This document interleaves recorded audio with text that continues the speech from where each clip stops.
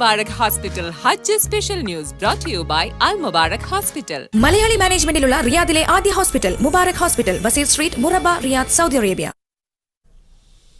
ആരോഗ്യ സേവനത്തിനും തീർത്ഥാടകരുടെ ചികിത്സയ്ക്കുമായി 25 ആശുപത്രികളും 141 മെഡിക്കൽ സെന്ററുകളും ഒരുക്കിയതായി ആരോഗ്യ മന്ത്രാലയം അറിയിച്ചു. ഇതിൽ 8 ആശുപത്രികളും 74 മെഡിക്കൽ സെന്ററുകളും ഹറമിനടുത്തായാണ്. 17 മെഡിക്കൽ സെന്ററുകൾ അടിയന്തര സേവനത്തിന് ഉള്ളതാണ്.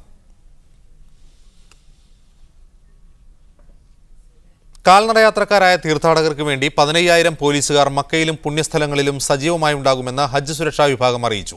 ഹറമിലേക്ക് എത്തുന്ന റോഡുകളും പാലങ്ങളും അടക്കം 140 കേന്ദ്രങ്ങളിൽ ഇവരുടെ സേവനം ലഭ്യമാകുമെന്നും സുരക്ഷാ വിഭാഗം അറിയിച്ചു.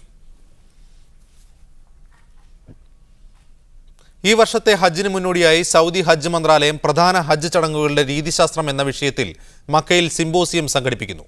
നാളെ മുതൽ 3 ദിവസമാണ് സിംബോസിയം. ഹജ്ജ് മന്ത്രാലയം ഓഫീസിൽ വിളിച്ചു ചേർത്ത വാർത്താ സമ്മേളനത്തിൽ ഹജ്ജ് ഉംറ വിഭാഗം അണ്ടർ സെക്രട്ടറിയും ഡെപ്യൂട്ടി ഹജ്ജ് മിനിസ്റ്ററുമായ ഡോക്ടർ ഈസബിൻ മുഹമ്മദ് റവാസാണ് സിംബോസിയത്തെക്കുറിച്ച് വിശദീകരിച്ചത്.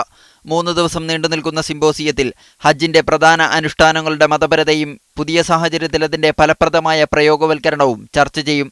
Islamic Development Bank chairman doctor Ahmed Mohamed Ali, Tunisian ഇസ്ലാമിക കാര്യമന്ത്രി doctor Noureddine Khadmi, Doha Interfaith Dialogue Centre അധ്യക്ഷൻ ഡോക്ടർ ഇബ്രാഹിം സാലിഹ് അൻ-നുഐമി തുടങ്ങി രാജ്യത്തിനകത്തും പുറത്തുമുള്ള 200ഓളം പ്രഗത്ഭ പണ്ഡിതന്മാർ പങ്കെടുക്കുന്ന സിംബോസിയത്തിൽ വിവിധ തലക്കെട്ടുകളിലായി 130 പ്രബന്ധങ്ങൾ അവതരിപ്പിക്കും. In each day we have 2 sessions, morning sessions and evening sessions, and also we'll have some invited speakers like Dr. Abdul Wahab Abu Sulaiman, like Dr. Sheikh Saleh bin Hamid, and also Dr.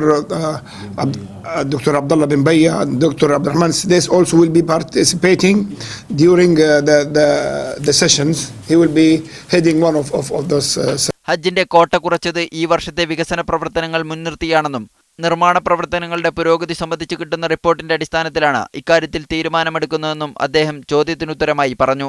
മാധ്യമങ്ങൾ ദൈവീക ചിന്തയുടെ പ്രബോധകരായി മാറണമെന്നും ആയുസ്സിൽ ഒരിക്കലാണ് ഹജ്ജ് നിർബന്ധമെന്നും അനിവാര്യമായ ഉപാധികൾ പൂർത്തീകരിക്കാത്തവന് ഹജ്ജ് ബാധ്യതയില്ല എന്ന കാര്യം അവർ ജനങ്ങളെ നിരന്തരം ബോധവൽക്കരിക്കണമെന്നും വാർത്താ സമ്മേളനത്തിൽ സംബന്ധിച്ച സൗദി മതകാര്യ വകുപ്പ് പ്രതിനിധി അഹമ്മദ് മുബാറക് അൽ ഹരീബി പറഞ്ഞു. Sadiq Ali Thuvoor, media 1, Jeddah. അറഫയിലെ റെയിൽവേ സ്റ്റേഷനുകൾക്ക് ചുറ്റും കമ്പിവേലി നിർമ്മാണം പൂർത്തിയായതായി ഹജ്ജ് സിവിൽ ഡിഫൻസ് സേനാ മേധാവി കേണൽ മുഹമ്മദ് അൽ ഖർണി പറഞ്ഞു. 3,75,000 തീർത്ഥാടകർക്കാണ് ഈ വർഷം മെട്രോ സേവനം ലഭ്യമാക്കുകയെന്നും ഹജ്ജ് സിവിൽ ഡിഫൻസ് മേധാവി പറഞ്ഞു. അനുമതി പത്രമില്ലാതെ ഹജ്ജ് ചെയ്യാൻ ശ്രമിക്കരുതെന്ന് രാജ്യത്തെ സ്വദേശികളോടും വിദേശികളോടും സൗദി ഹജ്ജ് മന്ത്രാലയത്തിൽ നിന്നുള്ള കർശന താക്കീത്. മക്കയിലെ ഹറം നിർമ്മാണ പ്രവൃത്തി നടക്കുന്നത് കാരണം ഈ വർഷം ഹജ്ജ് തീർത്ഥാടകരെ 20% കണ്ട് വെട്ടിക്കുറച്ചിരുന്നു. രാജ്യത്തെ ആഭ്യന്തര ഹജ്ജ് സേവനം നടത്തുന്ന സ്ഥാപനങ്ങളിൽ മിക്കതും ഈ വർഷത്തെ ഹജ്ജ് സേവന രംഗത്തില്ല.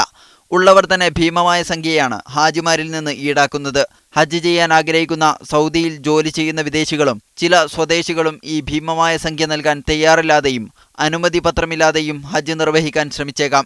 എന്നാൽ ഇങ്ങനെ ഹജ്ജിനായി ശ്രമിക്കുന്നവർ പിടിക്കപ്പെട്ടാൽ കർശന നടപടികൾക്ക് വിധേയമാവേണ്ടി വരുമെന്നാണ് ഹജ്ജ് മന്ത്രാലയവും മക്ക ഗവർണറുടെ ഓഫീസും മുന്നറിയിപ്പ് നൽകുന്നത്. ഇങ്ങനെ പിടിക്കപ്പെടുന്ന വിദേശികളെ നാടുകടത്തുകയും 10 വർഷത്തേക്ക് രാജ്യത്തേക്കുള്ള പ്രവേശനം വിലക്കുകയും ചെയ്യും. സ്വദേശികൾക്ക് ഭീമമായ സംഖ്യ പിഴ ചുമത്തുകയും ചെയ്യും. ബോധവൽക്കരണത്തിന്റെ ഭാഗമായി ഈ വിവരം അറിയിച്ചുകൊണ്ടുള്ള SMS സന്ദേശങ്ങൾ മക്ക ഗവർണറേറ്റ് ഓഫീസിൽ നിന്നും രാജ്യത്തെ മൊബൈൽ നമ്പറുകളിലേക്ക് അയക്കുന്നുണ്ട്. റോഡരികിൽ ബാനറുകളായും പോസ്റ്ററുകളായും സോഷ്യൽ നെറ്റ്വർക്കുകൾ മുഖേനയും ഹജ്ജ് മന്ത്രാലയ വെബ്സൈറ്റ് മുഖേനയും ബോധവൽക്കരണം നടന്നുവരുന്നു. ഇതിനിടയിൽ വിദേശത്ത് നിന്നും ഹജ്ജിനെത്തിയവരിൽ ചിലരുടേത് വ്യാജ അനുമതി പത്രമാണെന്നും കണ്ടെത്തിയിട്ടുണ്ട്. ഇത്തരക്കാരെ രാജ്യത്ത് പ്രവേശിക്കാൻ അനുവദിക്കാതെ സ്വന്തം നാട്ടിലേക്ക് തന്നെ തിരിച്ചയച്ചതായി Jeddah King Abdul Aziz international airport passport വിഭാഗം തലവൻ ബ്രിഗേഡിയർ ഖൽഫുല്ല അൽ തുവേർഹി അറിയിച്ചു. വ്യാജ അനുമതി പത്രം കരസ്ഥമാക്കി വഞ്ചിക്കപ്പെടരുതെന്ന് സ്വദേശത്തും വിദേശത്തുമുള്ള ഹാജിമാരെ അദ്ദേഹം അറിയിച്ചു. Sadiq Ali Thuvoor, media 1, Jeddah.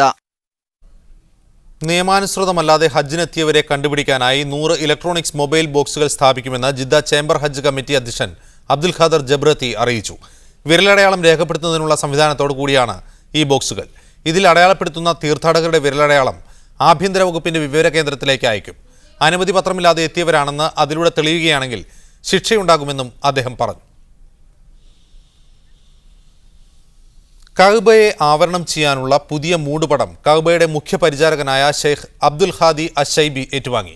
ഇരു ഹറം കാര്യാലയ മേധാവി Sheikh Abdul Aziz bin Abdulrahman അസുദൈസ് പുതിയ മൂടുപടം ഫാക്ടറി മേധാവി ഡോക്ടർ മുഹമ്മദ് അബ്ദുള്ള ബാജുദയിൽ നിന്ന് ഏറ്റുവാങ്ങിയാണ് ഷെയ്ബിക്ക് കൈമാറിയത്. എല്ലാ വർഷവും ദുൽഹജ് 1-നാണ് മൂടുപടത്തിന്റെ കൈമാറ്റ ചടങ്ങ് നടക്കുക. പുതിയ മൂടുപടം ഹജ്ജിലെ അറഫ സംഗമ ദിനമായ ഒക്ടോബർ 14-ന് വിശുദ്ധ കഅബയെ പുതപ്പിക്കും. ഹാജിമാരുടെ തിരക്കുള്ളതിനാൽ പുതിയ മൂടുപടത്തിന്റെ അടിഭാഗം മുകളിലേക്ക് ഉയർത്തിക്കെട്ടും. ഹാജിമാരുടെ മടക്കയാത്ര പൂർത്തിയായ ശേഷമാണ് പുതിയ മൂടുപടത്തിൽ കഅബ പൂർണ്ണമായും പൊതിയുക.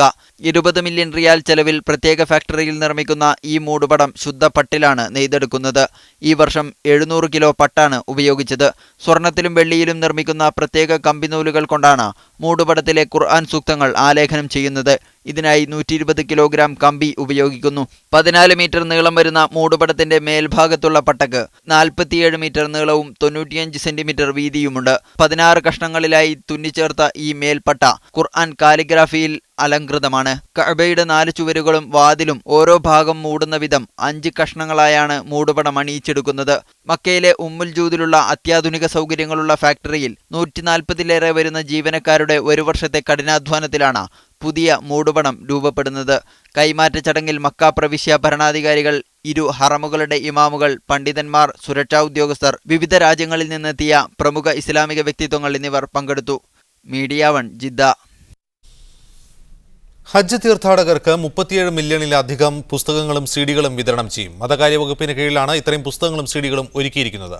ഹജ്ജ് ഉംറ കർമ്മങ്ങൾ വിശദീകരിക്കുന്ന പുസ്തകങ്ങളും ഗൈഡുകളും സിഡികളുമാണ് വിതരണം ചെയ്യുന്നത്. ഇതിനായി കര, കടൽ, വ്യോമ പ്രവേശ കവാടങ്ങളിൽ 180ഓളം ആളുകളെ നിയോഗിച്ചു.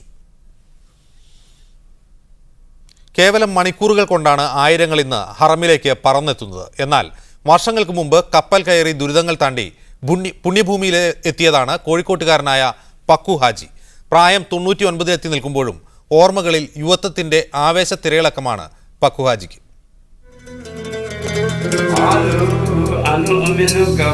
തൊട്ടടുത്ത വിമാനത്താവളത്തിൽ നിന്ന് ഹജ്ജ് വിമാനങ്ങൾ കുതിച്ചുയരുമ്പോൾ ദുരിതങ്ങൾ താണ്ടിയ തന്റെ ഹജ്ജ് യാത്രയെക്കുറിച്ച് അയവിറക്കുകയാണ് നടുവണ്ണൂർ കാവുന്തറയിലെ വീട്ടിലിരുന്ന് പക്കു ഹാജി. അരനൂറ്റാണ്ട് മുമ്പത്തെ യാത്രയുടെ ഓരോ നിമിഷങ്ങളുമുണ്ട് ആ മനസ്സിൽ. മുംബൈയിൽ നിന്നായിരുന്നു ജിദ്ദയിലേക്കുള്ള കപ്പൽ. കോഴിക്കോട് പുറംകടലിലെത്തിയ കൊച്ചി മുംബൈ കപ്പലിൽ കയറിയത് ഉരുവിൽ കയറി. ആൾക്കാർ പറഞ്ഞ് കപ്പലിന് കുറച്ച് ബുദ്ധിമുട്ട് നേരിടുന്നുണ്ട്. അതുകൊണ്ട് കേട്ടപ്പോൾ ഏതാണ്ടാടും ബേജാറായി. വലിയ ബേജാറില്ല. എനിക്കങ്ങനെ ബേജാറൊന്നും ബേജാറേടുന്നായാലും അള്ളാഹു കണക്കാക്കിയ അവസ്ഥ വരും. മഴ പെയ്ത് ഹറമിൽ വെള്ളം കയറിയത്, സംസം കിണറിൽ നിന്ന് വെള്ളം കോരി കുളിച്ചത്, ഹിറാ ഗുഹ കാണാൻ മല കയറിയത്, പുണ്യഭൂമിയിലെ നിമിഷങ്ങൾ. ത്യാഗത്തിന്റെ ഹജ്ജിന് ഇന്നത്തേതിനേക്കാൾ മഹത്വം കൽപ്പിക്കാനൊന്നും പക്കുഹാജി പക്ഷേ തയ്യാറല്ല. ഓരോ കാലത്തും ഓരോ സൗകര്യങ്ങളുണ്ടാകും, അത്ര തന്നെ. ക്യാമറ പേഴ്സൺ CP അനിൽകുമാറിനൊപ്പം ഇർഷാദ് പടന്ന മീഡിയ 1 കോഴിക്കോട്. കേരളത്തിൽ ബലിപ്പെരുന്നാൾ ഒക്ടോബർ 16-ന്. മാസപ്പിറവി കാണാത്തതിനെ തുടർന്ന് തിങ്കളാഴ്ച ദുൽഹജ് 1-ആയി പ്രഖ്യാപിക്കുകയായിരുന്നു.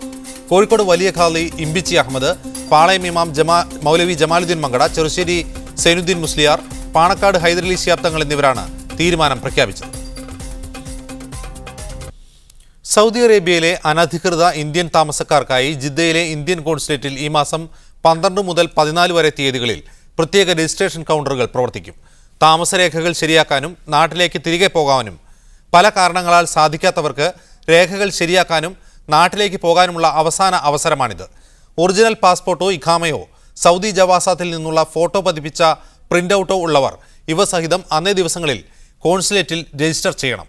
രേഖകളൊന്നും കൈവശമില്ലാത്തവർക്കും പേര് രജിസ്റ്റർ ചെയ്യാം. ഇത്തരം വ്യക്തികളുടെ കൃത്യമായ വിവരങ്ങൾ ലഭിക്കുന്നതിനും അവരുടെ പ്രശ്നം സൗദി അധികൃതരുടെ മുമ്പിൽ അവതരിപ്പിച്ച് പരിഹാരം കാണാനുമാണ് കോൺസുലേറ്റ് ശ്രമിക്കുന്നത്. നിഥാക്കാത്തുമായി ബന്ധപ്പെട്ട് ഇന്ത്യയിലേക്ക് മടങ്ങുന്നവർക്ക് വിമാന ടിക്കറ്റ് നിരക്കിൽ 10% ഇളവ് നൽകുമെന്ന് ജെറ്റ് എയർവേസ് അധികൃതർ പറഞ്ഞു. അടിസ്ഥാന നിരക്കിൽ നിന്ന് 10% ഇളവാണ് നൽകുക. ഫൈനൽ എക്സിറ്റിൽ നാട്ടിലേക്ക് പോകുന്നവർക്കാണ് ഇളവ് ലഭിക്കുക. ഒക്ടോബർ 16 മുതൽ ആരംഭിക്കുന്ന ഇളവ് നവംബർ 30 വരെ നീണ്ടു നിൽക്കും. ജെറ്റ് എയറിന്റെ റിയാദ് ഉലയ്യയിലുള്ള ഓഫീസിൽ നിന്ന് നേരിട്ട് ടിക്കറ്റ് എടുക്കുന്നവർക്കാണ് ഇളവ്. ഇതിനായി ഫൈനൽ എക്സിറ്റ് ലഭിച്ചതിന്റെ രേഖകൾ ഹാജരാക്കണം. കുറഞ്ഞ ടിക്കറ്റ് നിരക്കിനൊപ്പം 40 കിലോ ലഗേജ് കൊണ്ടുപോകാനും സൗകര്യമുണ്ടാകും. യുദ്ധവിമാനങ്ങളുടെ സുരക്ഷ ഉറപ്പാക്കാൻ ഇന്ത്യൻ വ്യോമസേനയും ഒമാൻ റോയൽ എയർഫോഴ്സും സഹകരണ കരാറിൽ ഒപ്പുവയ്ക്കും. ഇന്ത്യൻ വ്യോമസേന air vice marshal C Harikumar മസ്കത്തിൽ വാർത്താസമ്മേളനത്തിലാണ് ഇക്കാര്യം അറിയിച്ചത്. ഇന്ത്യയുടെയും ഒമാന്റെയും ജാഗ്വാർ യുദ്ധവിമാനങ്ങൾ അടുത്തിടെ അപകടത്തിൽപ്പെട്ട സാഹചര്യം ചൂണ്ടിക്കാട്ടിയപ്പോഴാണ് വിമാനങ്ങളുടെ സുരക്ഷ സംബന്ധിച്ച വിവരങ്ങൾ പരസ്പരം കൈമാറാൻ ഇരു രാജ്യങ്ങളും കരാറിൽ ഒപ്പുവെക്കുമെന്ന വിവരം air vice marshal C Harikumar അറിയിച്ചത്. Look at exchanging inputs on flight safety, of what kind of incidents and accidents you have, what kind of modification you have done if there is a problem. So that agreement is on and we should be able to sign it shortly. Primarily because I said we do have a lot of common platform that we operate. Eastern bridge എന്ന പേരിൽ ഒമാനിലെ മസീറ ദ്വീപിൽ നടക്കുന്ന സംയുക്ത വ്യോമാഭ്യാസത്തിനായാണ് Indian വ്യോമസേന അധികൃതർ മസ്കത്തിലെത്തിയത്. 4 ദിവസം നീളുന്ന അഭ്യാസം ഈ മാസം 10-ന് അവസാനിക്കും. ഇന്ത്യൻ വ്യോമസേനയുടെ 150 സൈനികരും 6 ജാഗ്വാർ വിമാനങ്ങളും ഒമാനിലെത്തിയിട്ടുണ്ട്. IL-76 ആകാശത്ത് പറക്കുമ്പോൾ ഇന്ധനം നിറയ്ക്കുന്ന IL-78 എന്നിവയും അഭ്യാസത്തിൽ പങ്കെടുക്കും. ഒമാന്റെ ജാഗ്വാർ ഹോക്ക് വിമാനങ്ങളും ഇതിന്റെ ഭാഗമാകും. ഇന്ത്യയുമായി സംയുക്ത വ്യോമാഭ്യാസത്തിന് സഹകരിക്കുന്ന ഏക ഗൾഫ് രാജ്യമാണ് Oman. Indian ambassador JS Mukul, മറ്റ് എംബസി ഉദ്യോഗസ്ഥർ എന്നിവരും വാർത്താ സമ്മേളനത്തിൽ പങ്കെടുത്തു. Shino Shamsuddin, media 1, Muscat. Egypt വീണ്ടും സംഘർഷഭരിതമാകുന്നു. ജനാധിപത്യ പ്രക്ഷോഭകർക്കെതിരായ സൈനിക നടപടിയിൽ ഇതുവരെ 53 പേർ കൊല്ലപ്പെട്ടു. 250-ലധികം പേർക്ക് പരിക്കേറ്റു. ഇസ്രായേൽ അറബ് യുദ്ധത്തിന്റെ 40-ാം വാർഷികാഘോഷത്തോടനുബന്ധിച്ച് നടന്ന റാലികൾക്കിടെയാണ് അട്ടിമറി വിരുദ്ധരും സൈന്യത്തെ അനുകൂലിക്കുന്നവരും തമ്മിൽ സംഘർഷമുണ്ടായത്. അതേസമയം സൈനിക ചെക്ക് പോയിന്റിന് നേർക്കുണ്ടായ ആക്രമണത്തിൽ 5 സൈനികരും കൊല്ലപ്പെട്ടിട്ടുണ്ട്. ഒരിടവേളയ്ക്ക് ശേഷം ഈജിപ്ത് വീണ്ടും കലുഷിതമാവുകയാണ്. ഇസ്രായേൽ അറബ് യുദ്ധത്തിന്റെ വാർഷികത്തോടനുബന്ധിച്ച് ഇരുവിഭാഗവും റാലികൾക്ക് ആഹ്വാനം ചെയ്തിരുന്നു. സൈന്യത്തിന്റെ അകമ്പടിയോടെ സർക്കാർ അനുകൂലികൾ തഹ്രീർ ചത്വരത്തിൽ സംഘടിച്ചു. സമാന്തരമായി സൈനിക അട്ടിമറിയെ എതിർക്കുന്നവരും വിവിധ നഗരങ്ങളിൽ പ്രതിഷേധ റാലികൾ നടത്തി. ഇരുവിഭാഗങ്ങളും നേർക്കുനേർ വന്നിടത്തെല്ലാം സംഘർഷമുണ്ടായി. അട്ടിമറി വിരുദ്ധരുടെ റാലികളെ സൈന്യം ഏകപക്ഷീയമായി അടിച്ചമർത്തുകയായിരുന്നുവെന്ന് ആക്ഷേപമുണ്ട്. സൈന്യത്തിന്റെ വെടിവെപ്പിലും ഇരുവിഭാഗങ്ങൾ തമ്മിലുണ്ടായ ഏറ്റുമുട്ടലിലുമാണ് നിരവധി പേർ കൊല്ലപ്പെട്ടത്. 300ഓളം പേർക്ക് പരിക്കേറ്റു. 500ഓളം മുസ്ലിം ബ്രദർഹുഡ് പ്രവർത്തകരെ കസ്റ്റഡിയിലെടുത്തതായി ആഭ്യന്തര മന്ത്രാലയം അറിയിച്ചു.